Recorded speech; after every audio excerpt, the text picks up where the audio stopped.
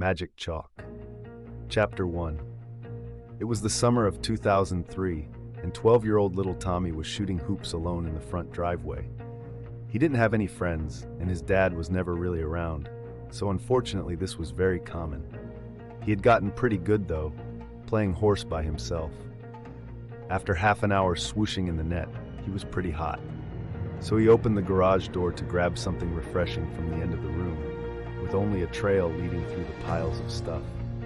His mom didn't like to throw anything away. He rolled his eyes at the new arrivals. Popsicles or Capri Sun? Capri Sun! He stuck the straw inside and sucked it dry.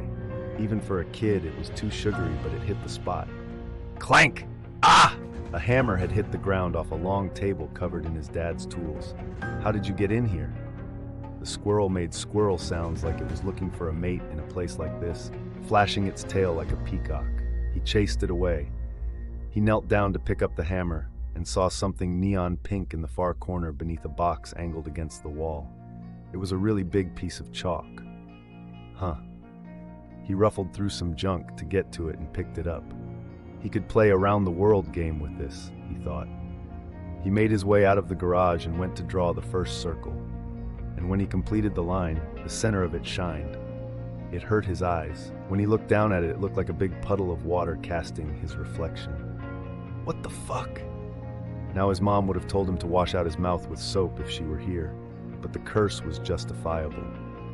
I stared at it for a moment, bewildered. It wasn't there a minute ago, and it hadn't rained. He looked up at the sky, then back down. He went to put his finger in. What the fuck? He fell back on his back at seeing another finger come through the puddle.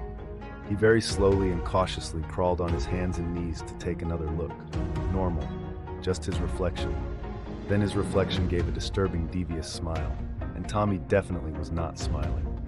Before he could scream, a hand whipped out and pulled his entire body through the opening. He was then a foot up in the air, and he landed on his butt when he landed. Ow! He looked back into the hole and saw that same evil-looking grin. Then the other Tommy wiped his hand across the circle, and the water was gone, replaced by a circle of smudged chalk. What the fuck?